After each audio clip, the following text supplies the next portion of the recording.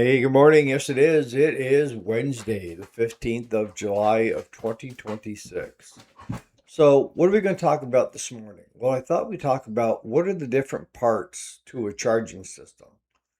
On your riding lawnmower, anything that has a battery that has to be charged back up. So, your low end, you're going to have a stator underneath the flywheel, right? And that's going to produce energy, and that energy is going to feed back to the battery and keep.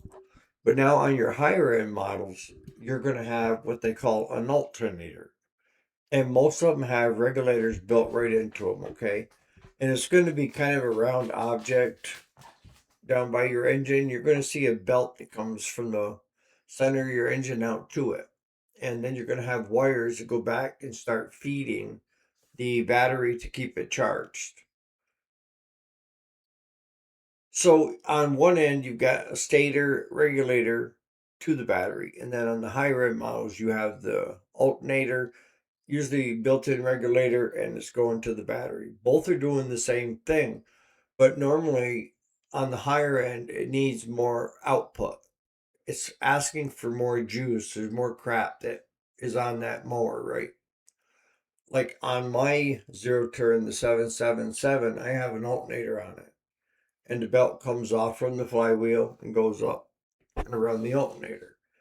And that's what charges up my battery on my zero turn.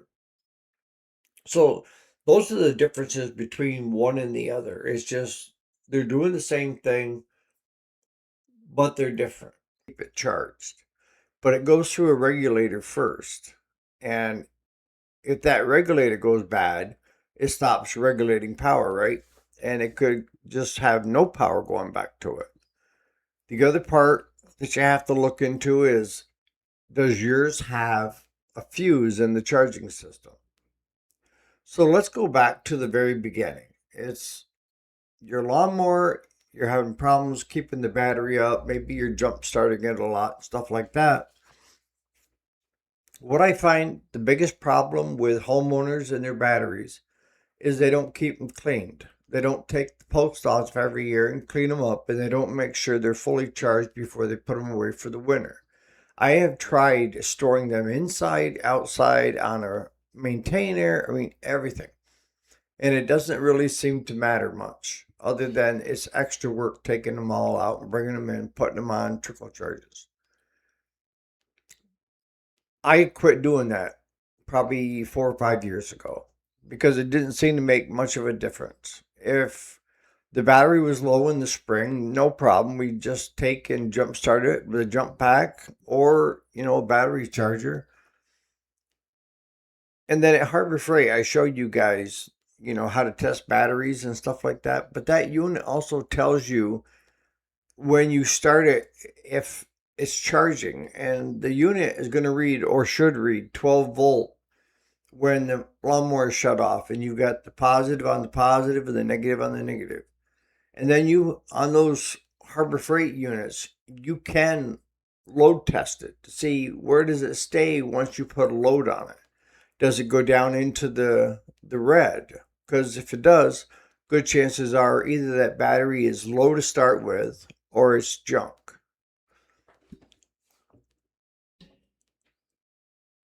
If you want to keep your mower in tip-top shape, you need to do maintenance on it. And what am I talking about maintenance? I mean, before you put it away every year, you want to make sure the fuel is treated and not have it hardly any fuel in that unit, right?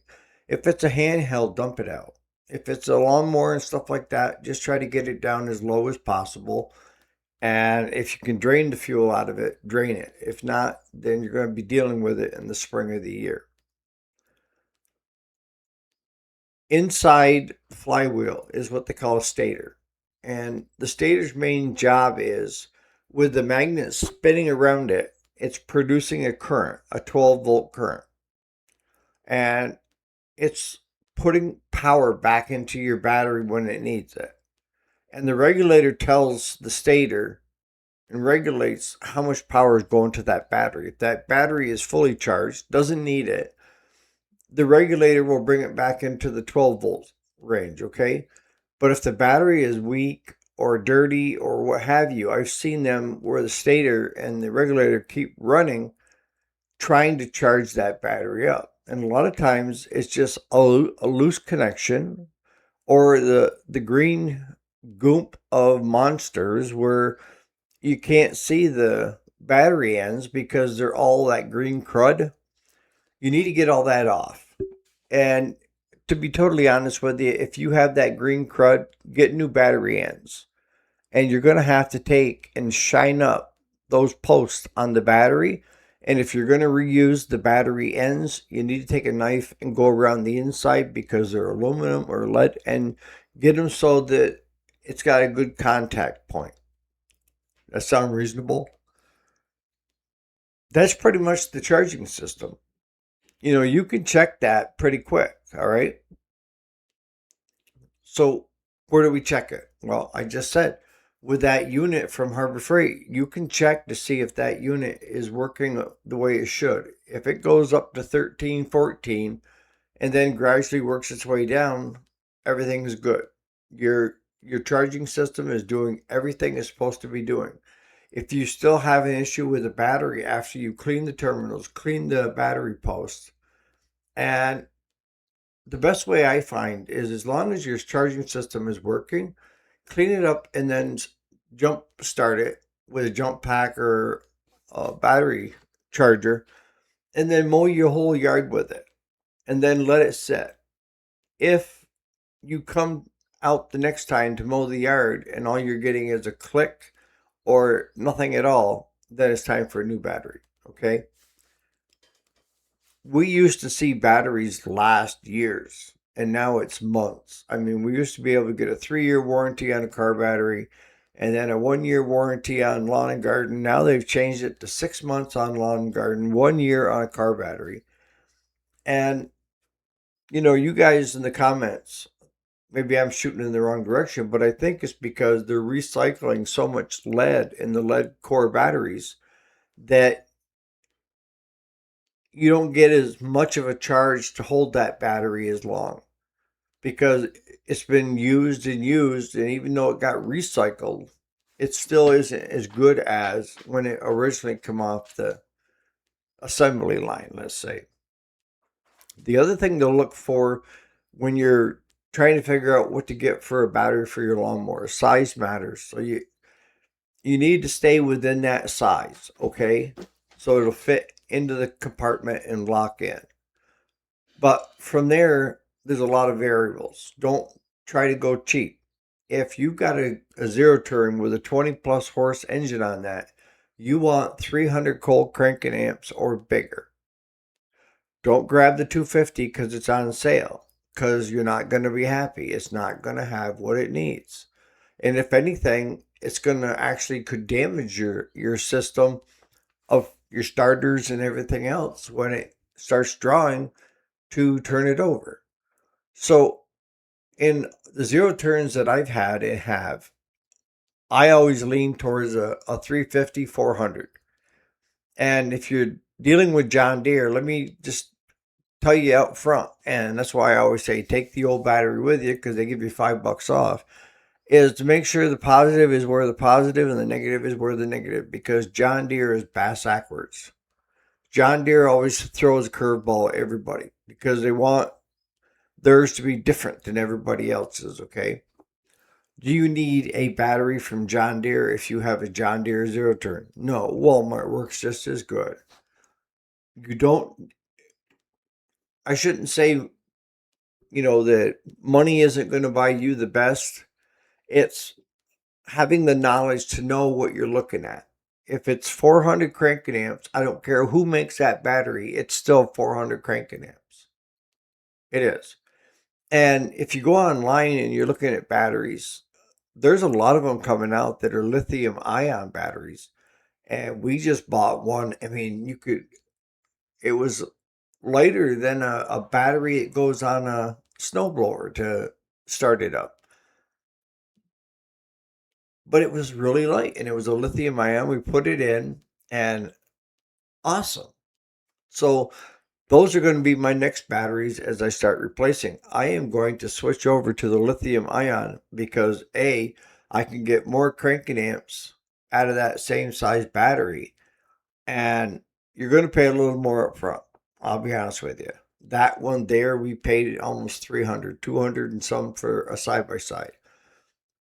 But the customer that we had said he spent almost 450 on a battery from Polaris to put in his side by side. So he thought it was cheap and he was concerned it would last. I said, run it. If it has any problems, I'll swap it out for free on my dime. So you want to look at size. You want to make sure it's 12 volt. You want to look at the cranking amps on it. If you have the option to go up to a bigger battery, cranking amp wise, and it's not a lot more money, I recommend that you go ahead and do that, because I'd rather have too much battery than not enough, if that makes any sense. Because if it's not enough, you could damage your starters, your whole electrical system, because it's drawing like a short through the system because the battery is getting hot because it wasn't made to crank over like that. If you look, most regulators are external, and it's usually bolted to the side of the engine. And a lot of them are lead, aluminum, there's silver in color, and they've got like 3 wires, 4 wires, and that's your regulator that's regulating how much is coming from the stator to your battery. It's telling it, okay, the battery's low, let's bring it up. Or if the battery's good, let's stop pushing current across because we don't need it. Fuses in the system. A lot of your big box store and low end dealer models do not have a charging system fuse. It's usually a 20 amp. Your better ones do have it. Usually there's a bank of 4 fuses on it. And I've had that problem with the 1.0 turn that I had. It would act up like once a year. And it could have been just from shorting somewhere. But the thing is that's why that fuse is there, is don't bypass it. If the fuse is there and it blows after you put it in, start checking to see, is there a wire hitting the frame that's causing it to ground and short across.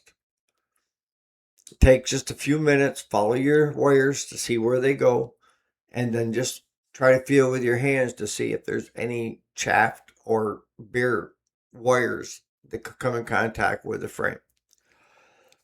That's pretty much the whole charging system, counting the battery. You guys in the comments said, what would you add that I haven't said? Stator, regulator, battery, fuses, pretty much it. Do stators go bad? Yes. Do stators and pickups go bad? Yes. But that's something that we can test for, okay? If you're not getting 12 volt coming off on your charger, that either the battery's dead or the stator's bad or the regulator's bad. And the tendency of what I do, we work with the cheapest fix first and work our way out. I have a number of different regulators that I have in a used parts box where I can pull that and plug the wires in to see, does it change anything. If it does change something, then I'll order a new regulator and put it on. If it doesn't change anything, then we're taking the flywheel completely off to expose the stator, and we're ordering a new stator. Sometimes the wires get pinched, but usually after they're pinched, you can't fix. So, and they're not really, really expensive. And the idea of changing a stator out, any of you guys could do it. And as we progress through this, I'm going to try to show more of hands-on so that you guys understand that things that could go wrong. But most often the case, if you're doing it the right way, it will work fine. You just got to pay attention to what you're doing. So what am I missing, guys? Add it in the comments. And on that note, you guys have a great day. If you haven't liked subscribed, rang the bell, comment on the way out, please do. It helps my channel grow and it gets out to more people. As I mentioned yesterday in a short video, we're going to do a 10-part series on diagnosing different aspects of that machine. And I think we're going to have a lot of fun at it. So stay tuned for that. On that note, you guys have a great day.